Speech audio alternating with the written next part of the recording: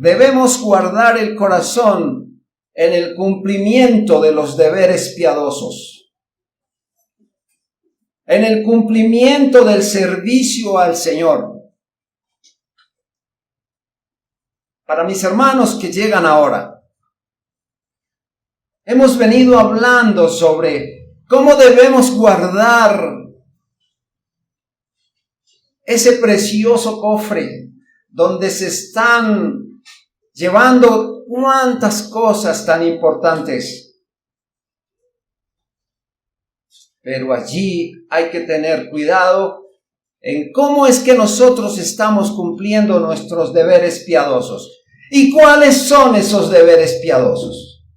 Hablábamos hace algunos días que hay deberes piadosos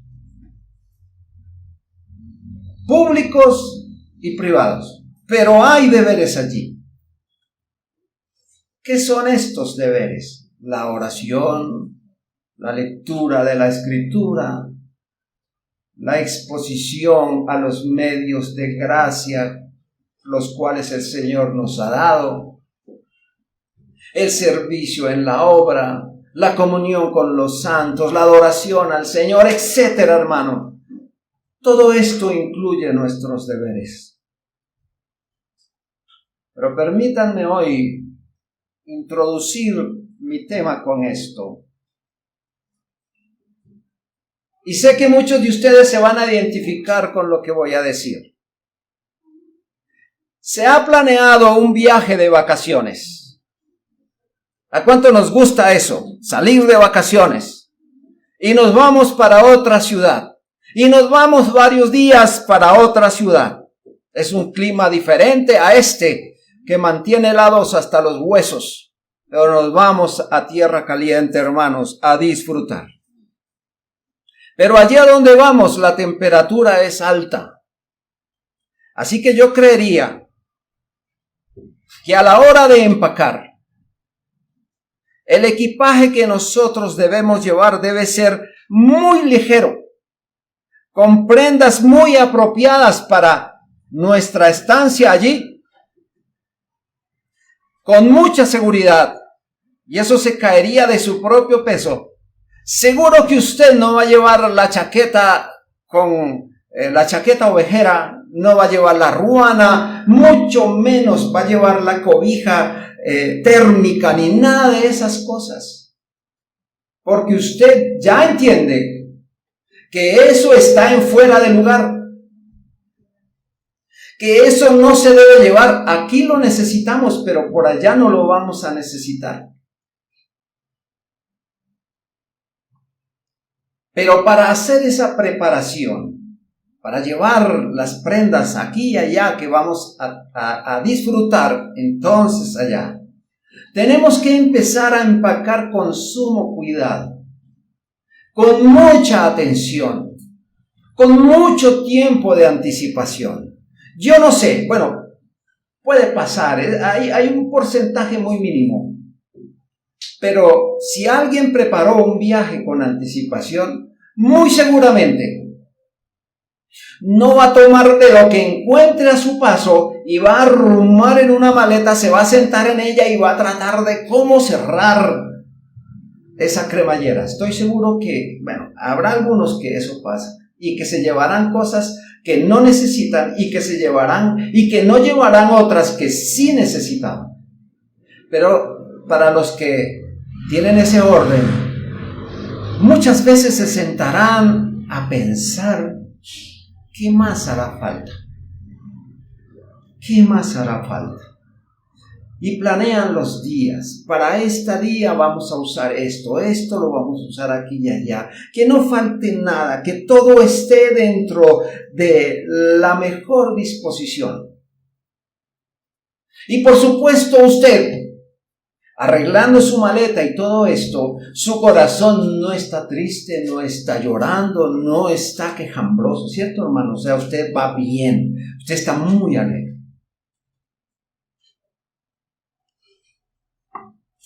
Casi que no se espera la hora de irse. Permítanme haber usado este ejemplo para decirles a mis hermanos que nosotros vamos a un viaje.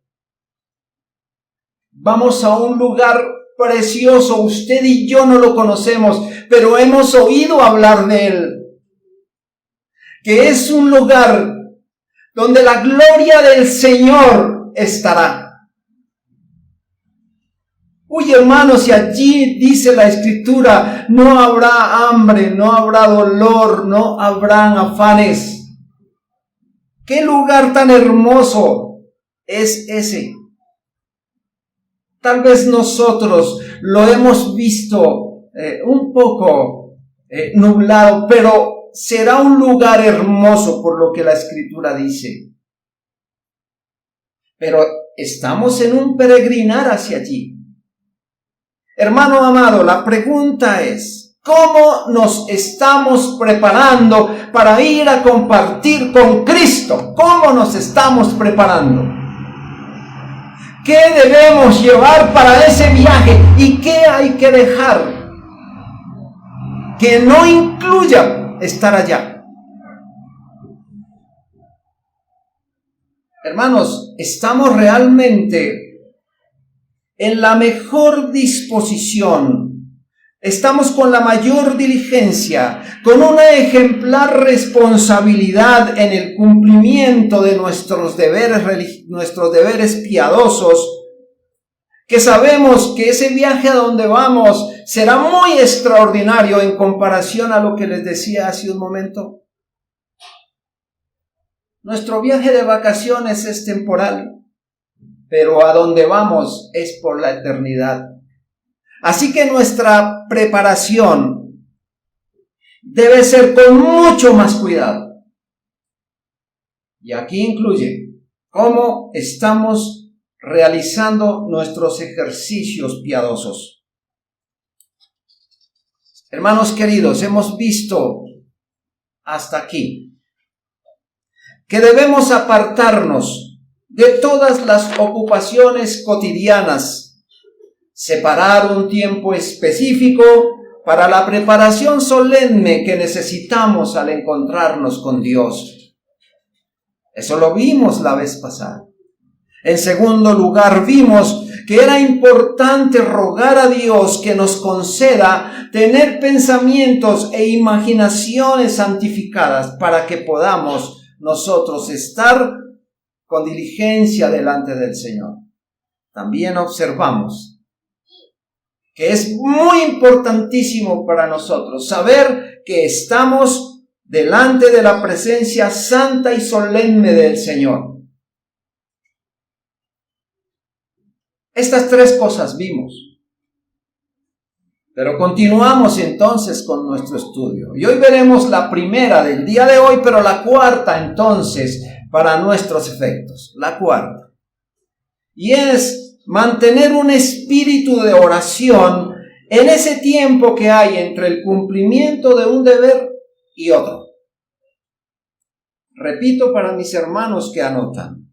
Mantener un espíritu de oración que hay en ese tiempo entre el cumplimiento de un deber y del otro. Hermanos amados, ¿cuánto hay que orar? ¿Y en qué tiempos debemos hacerlo? La Escritura nos dice en la primera carta a los Tesalonicenses, el capítulo 5, versículo 17, uno de los textos más largos que hay y más difíciles de cumplir. Orad sin cesar. Orad sin cesar. El apóstol Pablo le ha hecho a la iglesia en Tesalónica varios imperativos. Ha tenido que ver con esta iglesia y ha llevado a esta iglesia tantas exhortaciones que este es uno de ellos. Orad sin cesar. Orad sin cesar. Es decir, oren sin dar tregua. Oren porque se carece de la presencia de Dios.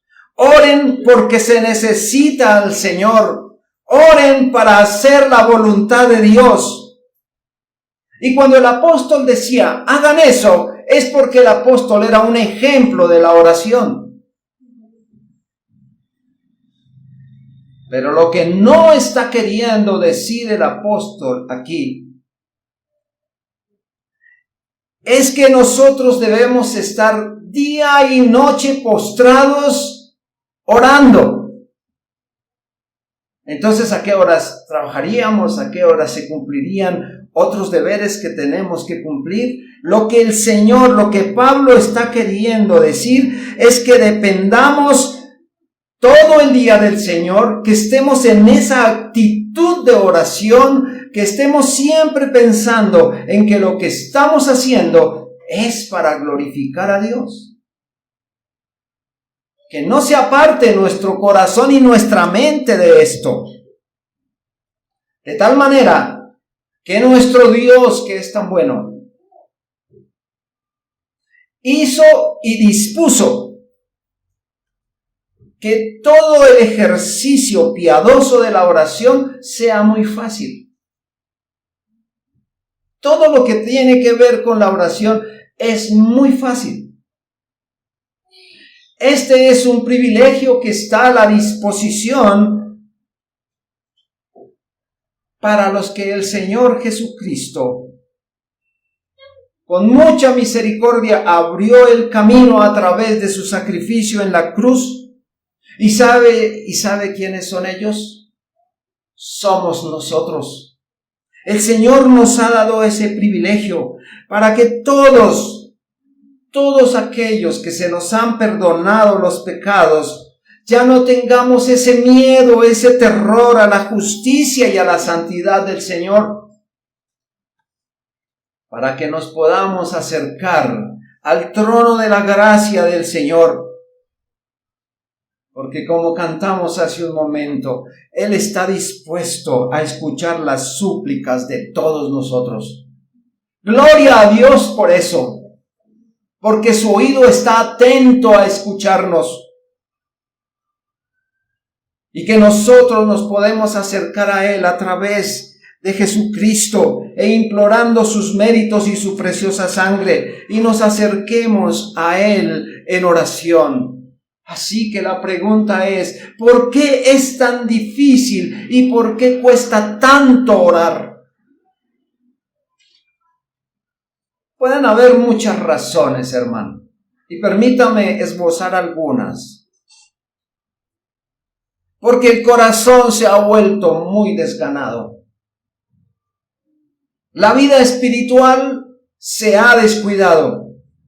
Hay descuido en la oración porque las cosas del mundo, los afanes de esta vida, la prioridad que le hemos dado a lo que el Señor mismo nos dio, ahora eso mismo nos está alejando de Él. Hermanos, seamos conscientes aquí. El Señor nos ha dado demasiadas bendiciones. Nos ha dado el don de la vida. Nos ha dado la salud para que podamos vivir. Nos ha dado el trabajo. Nos ha rodeado de familia, etcétera, hermanos. El Señor ha dado tantas bendiciones. Pero fíjense una cosa. Ahora nuestra mente está tan ocupada en esos asuntos que ya no hay oración. Y si hay oración, ya no es una oración ferviente. Y si hay oración, son oraciones sin fe. Y si hay oración, no está dirigida por el Espíritu de Dios. Porque estamos más ocupados, nuestra mente, nuestro cuerpo está muy ocupado en las cosas de este mundo. Ay, hermanos, miremos las cosas como son. Dios nos ha bendecido con todo esto que enumeré ahorita. Y faltaron muchas cosas más. Pero ¿qué tal, hermanos? Si el Señor tocara nuestra vida, solo tocara nuestra vida. Si el Señor solo tocara nuestra salud. Si el Señor tocara ese trabajo por el cual usted se desvela tanto, ¿qué tal si el Señor se lo toca ahora? Y mañana tiene que levantarse a buscar trabajo. ¿Qué tal esto, hermano? Hoy estamos alejados por esas cosas, pero Él nos las dio para el disfrute y para su gloria. Pero esto lo estamos usando para retraernos del Señor. Por supuesto, entonces no oramos, no leemos la Escritura, evadimos los trabajos en la iglesia, casi que a los cultos no vamos, y si estamos en el culto, estamos mucho más preocupados de qué se quedó allá. Jeremías capítulo 2, versículo 13.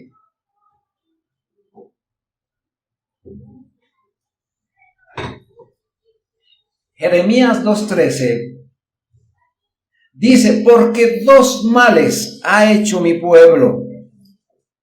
Me dejaron a mí fuente de agua viva y cavaron para sí cisternas rotas que no retienen agua. Por falta de esta constancia en la oración, se ha ido dejando paulatinamente la comunión y la presencia del Señor.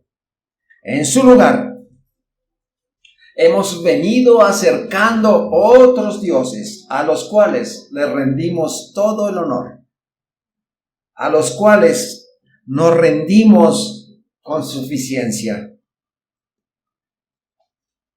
Les recuerdo, hermanos, que estos dioses, aunque nos hacen algún bien aquí, esos que usted ha levantado como dioses, hacen algún bien aquí, no nos harán ningún bien en la vida eterna. Ninguno. Antes, por el contrario, nos van a separar de participar allá. Estas son cosas que en nuestro viaje, en nuestro peregrinar no hay que llevar. Hay que hacer ligera la carga. Hermanos, el pueblo del Señor, ¿qué fue lo que hizo? Dejaron las fuentes del Señor. ¿Qué hicieron? Cavaron cisternas, se apartaron de las fuentes de aguas, cavaron cisternas y ahí decidieron tomar agua posada, agua que se descompone muchas veces, y sus cisternas que no le retenían el agua que ellos necesitaban. En lugar de ir al manantial y beber del agua que el Señor había dado, hoy el Señor es la fuente, es el manantial de vida para nosotros. Y hemos decidido ir a beber aguas de otras y creemos que estamos bebiendo salubremente.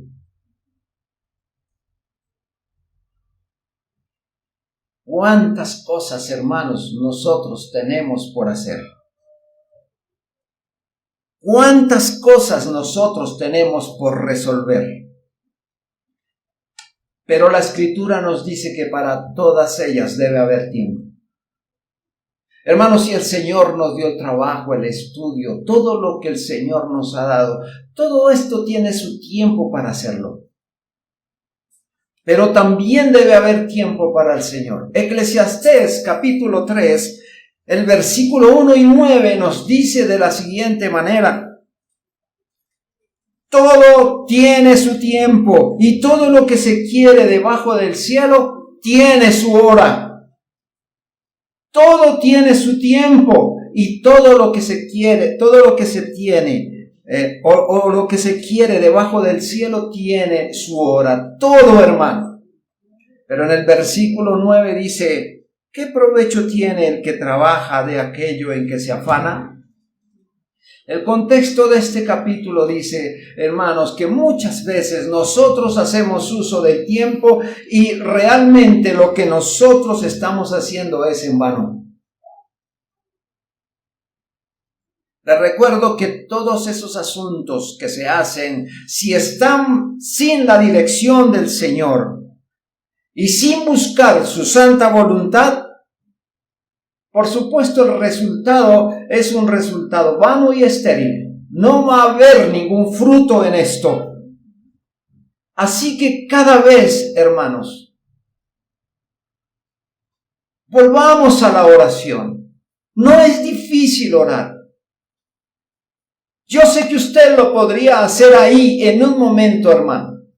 No necesita tumbarse de rodillas. No necesita hacer cuánta cosa para orar al Señor en un momento.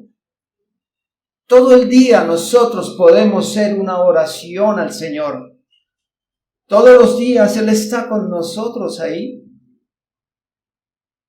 Todos los días Él nos escucha. A cada momento, sin necesidad de girar la cabeza, el Señor está ahí y yo puedo hablar con Él. Mucho más, hermano, si yo estoy centrado en hacer mis deberes piadosos. Volvamos entonces a la oración. Cumplamos nuestros deberes de manera lícita y piadosa. Esta es la oportunidad que tenemos en esta vida temporal. Es nuestra preparación. Pero mayormente busquemos al Señor mientras nos ocupamos de esos deberes espirituales que deberían ser los más importantes para nosotros. Las oraciones frecuentes y esas oraciones solemnes entre el cumplimiento de un deber y el otro, ¿sabe que traen mucho beneficio, hermanos? Esto será de un valor incalculable y nuestros corazones estarán devotos y serios, pues nuestra mente y nuestro corazón tendrán una disposición serena y piadosa. Pero también en la oración, el Señor une esos deberes con los otros y mantiene a nuestra alma viva en todos sus intereses y obligaciones. Hermanos, yo no sé si usted, en lo más mínimo, cuando en la mañana se levanta y se sienta sobre su cama, yo no sé si usted ahí expresa una oración al Señor. Ahí, comenzando desde ahí, para decirle, Señor, gracias, porque tuve un sueño reparador, porque pude abrir los ojos a este mundo otra vez. Porque hay por delante cosas que hacer. Hermano, es tan difícil, es tan complicado. ¿Cuánto cuesta? Son minutos, segundos que quizá usted puede utilizar para dedicar su vida al Señor, pero hay que hacerlo. No hay que olvidarnos de esto. El segundo punto de nuestro día, o el quinto en nuestro estudio, dice que debemos procurar elevar los afectos hacia Dios, involucrándolos sinceramente en cada deber. Elevar los afectos hacia Dios, involucrándolos sinceramente en cada deber. La tendencia de los seres humanos es involucrarse de lleno en las cosas que hace. Es involucrarse de lleno en las cosas que ama. Ya sean cosas buenas o no. De tal manera que cuando el alma se encuentra realizando algún deber que ama, lo hace con empeño. Todos los pensamientos, todas las acciones, toda la iniciativa está puesta ahí. Ahí se actúa con intensidad. De manera que cuando se está haciendo, se está expresando todos los afectos que se tienen por tales deberes. Tal vez, hermano, y perdónenme el ejemplo tan sucio que voy a usar, pero ¿creen ustedes que un drogadicto no está comprometido con sus deberes? Claro que sí. Él está pensando cómo conseguir lo que necesita, a costa de lo que sea. Está siempre encaminado hacia eso. ¿Qué es lo que Él quiere? Lo que Él quiere lo hace sobre todas las cosas. El trabajador, el estudiante, el ama de casa, etcétera. Todo esto está ahí. Y la pregunta es, ¿qué es lo que nosotros amamos tanto? ¿Qué es? Lucas 12, versículo 34, el Señor Jesucristo dijo, porque donde está vuestro tesoro, allí también estará vuestro corazón. Este texto nos lleva a examinarnos en dónde tiene aferrados sus intereses el alma. ¿Qué valor tan alto tienen aquellas cosas por las que se vive con tanto interés y con tanto afán? Y si esos asuntos que nosotros amamos tanto están interfiriendo o ayudándonos en el camino de la salvación y para la vida eterna. Pero cuando los afectos del alma están desinteresados en la vida espiritual, viene lo que se llama el desafecto por todo lo que tiene que ver con lo piadoso, por todo lo que tiene que ver con lo santo. Así que no es descabellado afirmar que el desafecto produce distracción y la distracción aumenta de manera considerable el desafecto. Una cosa con la otra se ayudan.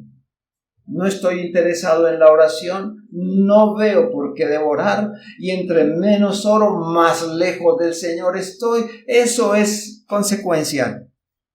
Hermanos amados, que no nos vaya a sorprender aquel día cuando seamos llamados de esta vida temporal a la eterna por nuestro buen Dios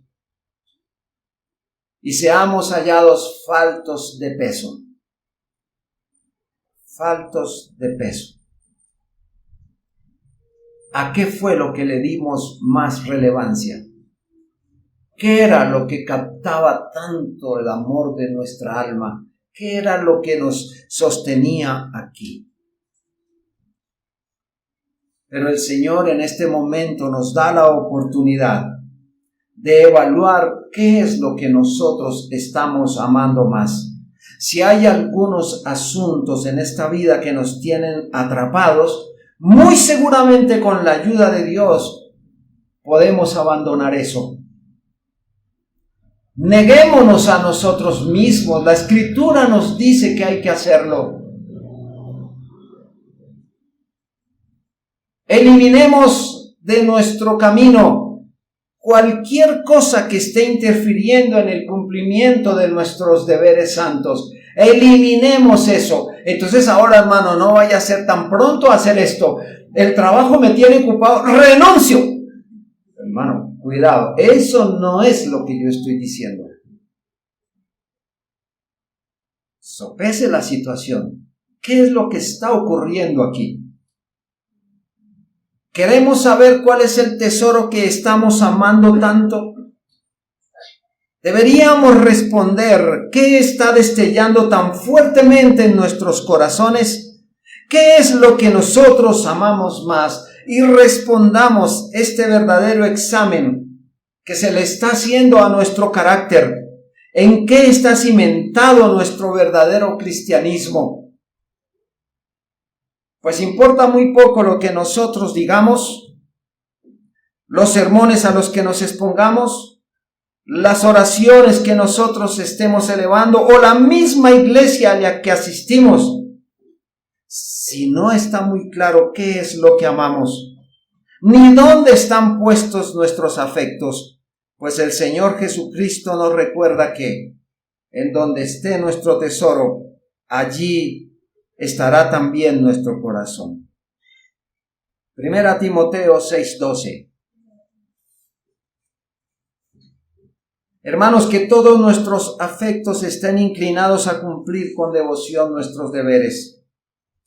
Pablo, En 1 Timoteo 6:12 dice, pelea la buena batalla de la fe, echa mano de la vida eterna. Pelea, hermanos queridos, muchas cosas tenemos que estar enfrentando durante los días que vivimos aquí. Pero hay algo por lo que debemos luchar, por esa batalla de la fe. Vamos a ese viaje que les dije desde el comienzo, a un lugar muy hermoso, pero esto no se puede lograr sin ningún interés. Que cuando seamos inspeccionados el día del juicio, seamos hallados que dimos todo por Cristo, que lo mejor que pudimos hacer fue llevar su cruz en esta tierra durante unos pocos años para poder tener la vida eterna en el mundo que vendrá. El Señor Jesucristo dijo, lleven mi yugo, porque es fácil y es ligera mi carga. Así que, si nuestro tesoro está en el Señor, no será difícil hacerlo. Que Dios permita que en el cumplimiento de nuestros deberes santos haya amor hacia el Señor de una manera importante. Hace algunos días les hablé, hermanos, ¿me amas más que estos? Bueno, hermanos, ahí en nuestros deberes sabemos si realmente estamos amando al Señor y si cada vez que tomamos nuestros deberes estamos observando la gloria del Señor, la belleza de nuestro Salvador. Que la riqueza de su gracia aquí nos siga sustentando y que la riqueza de su gloria la disfrutemos con Él después allá en la vida eterna. Y tercero o sexto, el corazón perturbado por pensamientos vanos se humilla ante Dios y clama pidiendo ayuda. El corazón perturbado por pensamientos vanos se humilla ante Dios y clama pidiendo su ayuda. Las Sagradas Escrituras nos describen con particularidad las circunstancias como las que vivió el apóstol Pablo, texto que leímos al iniciar la lección. Pues fíjense que el apóstol Pablo vivió con un mensajero de Satanás que lo abofeteaba con sugerencias malévolas. Él, en la segunda carta a los Corintios 12, versículos 7 y 8, dijo, y para que la grandeza de las revelaciones no me exaltase desmedidamente, me fue dado un aguijón en mi carne, un mensajero de Satanás que me abofetee, para que no me enaltezca sobremanera, respecto a lo cual 3 veces he rogado al Señor que lo quite de mí. ¿Y qué le respondió el Señor? Bástate mi gracia. Bástate mi gracia. Estamos hablando de un hombre que tenía de qué gloriarse en la carne, como en algunas ocasiones se lo refirió. Un hombre que fue usado grandemente por el Señor y a quien se le concedió ese privilegio que él describe en los primeros versículos de este capítulo 12, donde él dice haber sido arrebatado hasta el tercer cielo. Y dice, conozco al tal hombre, si en el cuerpo no sé, o fuera del cuerpo no lo sé, Dios lo sabe, que fue arrebatado al paraíso donde oyó palabras inefables que no le es dado al hombre expresar. Esta experiencia que tuvo este hombre le hubiera servido para enaltecerse en gran manera. Como suele ocurrir por ahí, hermano, donde cualquier cosa exalta a los hombres. Mire qué maravilla hace este hombre. Dios sabe que nosotros somos proclives a esto, no solamente estos, sino nosotros también. Somos muy dados, hermano, a que esto pase. Cualquier cosa. Hacemos cualquier cosa y de inmediato volteamos y ¿Qué tal? ¿Cómo estuvo eso? Yo espero que no haya pasado, hermanos. Pero mis hermanos que están haciendo sus lecturas, espero que lo hayan hecho para el Señor. Y no para que, ¿qué tal se me oyó? ¿Cómo me vieron ahí? Porque esto no trae ningún fruto, hermano. A la verdad que con humildad se hace. Una hermana que lo hizo con una humildad, que no le importaron sus errores. Lo que ella quería compartir, lo compartió. Allá el otro, ella compartió lo que necesitaba. Hermanos queridos, que no busquemos la gloria del hombre. Este hombre tenía de qué gloriarse, pero como ustedes lo notaron, él dijo, a mí me gustaría gloriarme en ese hombre que fue hasta por allá, pero en este, no tiene de qué. Hermanos, que el Señor ojalá nos dé un aguijón también para que nos mantenga aterrizados, como Pablo lo hacía con esa conciencia.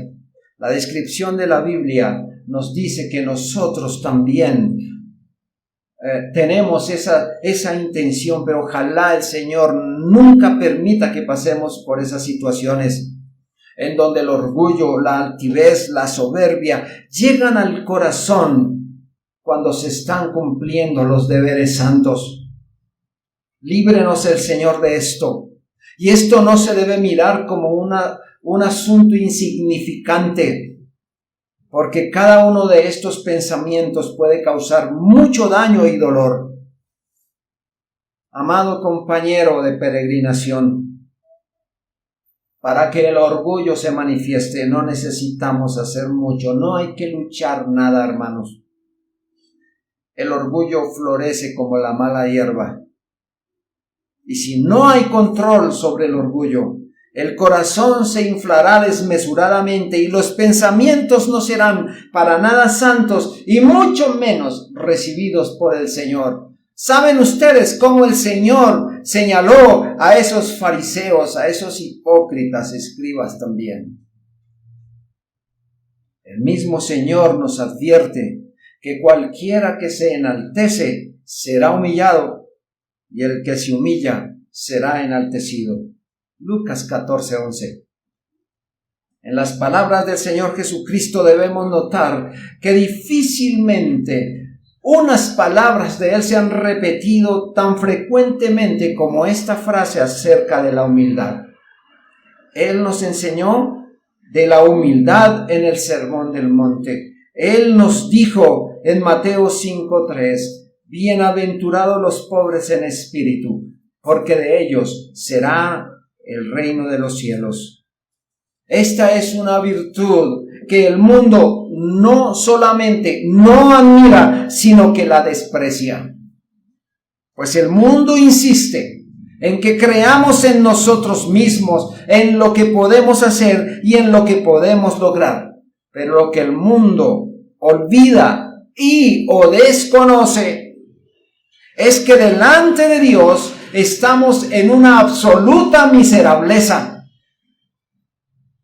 que estamos en una absoluta limitación e impotencia, que delante del Señor no somos nada. Así que humillémonos delante del Señor y oremos con intensidad para mortificar esa clase de pensamientos cuando estamos cumpliendo nuestros deberes. Primera de Pedro, capítulo 5, versículo 6, dice el apóstol: humillaos pues bajo la poderosa mano de Dios, que seamos conscientes de la inmensidad de lo que nos queda para aprender, que la misericordia de aquel que dijo en Isaías 57:15, porque así dijo el alto y sublime, el que habita la eternidad y cuyo nombre es el Santo.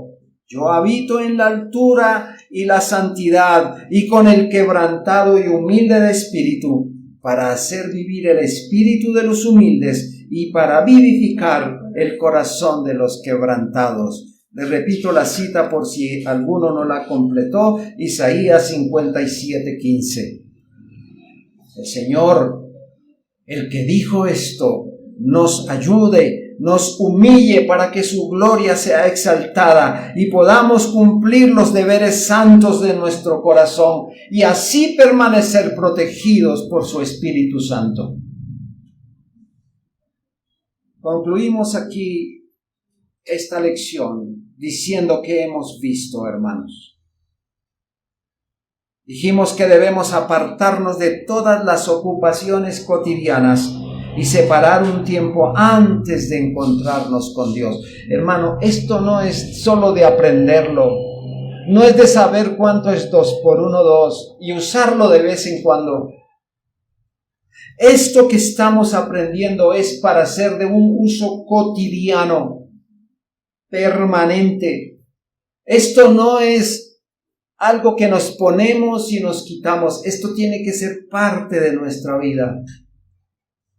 Así que cuando vayamos a cumplir nuestras oraciones, saquemos el tiempo que sea necesario para poder encontrarnos con el Señor. Y que cuando estemos allá, vimos que debemos rogar al Señor para que nuestra imaginación sea santificada. En tercer lugar, dijimos que debemos ser muy conscientes que cuando estamos cumpliendo los deberes del Señor, estamos ante la presencia solemne y santa de Dios. Hoy vimos que debemos mantener un espíritu ferviente de oración, que debemos elevar los afectos hacia Dios, todo lo que hagamos sea para el Señor, y que cuando nuestro corazón sea perturbado por pensamientos vanos, humillémonos ante el Señor. Humillémonos ante el Señor. Veamos 2 aplicaciones, hermanos. En primer lugar, voy a hablar con usted, mi amado hermano en Cristo. Hermano, una vida piadosa en esta tierra es una temporada de siembra. Pero los largos intervalos que produce una vida espiritual distraída son causa de muchos males. Debemos entonces ser muy cuidadosos para actuar bajo la dirección y el poder del Espíritu bendito, para que todo lo que nos hemos propuesto al cumplir los deberes santos y piadosos, ya sean públicos o privados, los podamos ejercer de manera adecuada y santamente.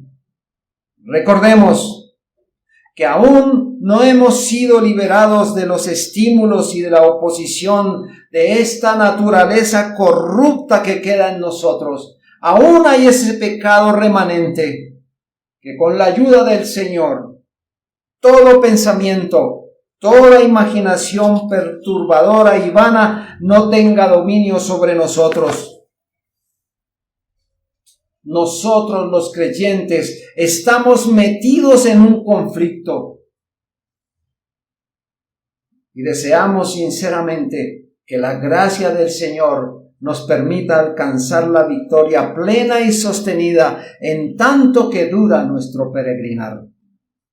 No olvidemos, hermanos, que la lucha contra nuestra naturaleza es constante y que ella no desea presentarse ante el Señor y muchísimo menos sujetarse a sus designios.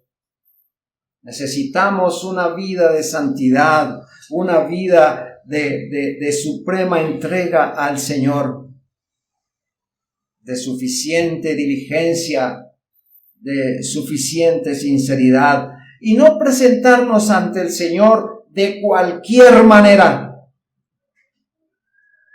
Debemos estar alejados de toda hipocresía al entrar en los terrenos gloriosos y sublimes de nuestro amado Señor, a quien le servimos, a quien amamos y ante quien nos humillamos. Pablo dijo en Romanos 8:5, porque los que son de la carne piensan en las cosas de la carne, pero los que son del Espíritu, en las cosas del Espíritu. Debemos dedicarnos entonces con fervor a mortificar las obras del cuerpo, de nuestra mente y de nuestro corazón, y caminar hacia la vida eterna sin desear la vanagloria, sin desear indebidamente la estima y el aplauso de los hombres, y así evitar provocarnos y así evitar la envidia que se genera por estas cosas. Y en segundo lugar, no puedo dejar pasar por alto este momento para traer la mente y el corazón de aquellos que viven sin Cristo, de aquellos que nos acompañan consecuentemente, de aquellos que están sin un Salvador como Jesucristo, de aquellos que por causa de su pecado están destituidos de la gloria del Señor. Me estoy comunicando con usted, mi amigo, con usted que no ha recibido al Señor. Tal vez usted no se ha dado cuenta. Y si se ha dado cuenta, peor por eso. Pero si no se ha dado cuenta, usted es un esclavo del pecado. El rey en su corazón se llama pecado. Y él no está jugando con usted. De tal manera que sus pensamientos, su imaginación, sus obras, su comportamiento es de continuo el mal. Así que, querido amigo, no siga apoyándose en sus propios pensamientos, porque sabe que son ellos un bastón podrido, y ese lo va a llevar a la condenación eterna. Pecador, ponga los ojos en Jesucristo. El poder de su sangre purificadora lavará todos sus pecados. Nadie puede limitar la eficacia preciosa de la sangre de Cristo. Ningún pecado puede ser tan negro o abundante que su preciosa sangre no pueda limpiar. La sangre de Jesucristo es suficiente para lograr todo lo que Dios se ha propuesto en el sacrificio santo de nuestro Señor. Cristo nunca ha fallado ni fallará en eso. Nadie podrá resistir la cruz del Señor. Ante la cruz de Cristo, los muros de la condenación a la que usted está expuesto caerán y no quedará piedra sobre piedra que no sea derribada. Con Cristo nada está perdido.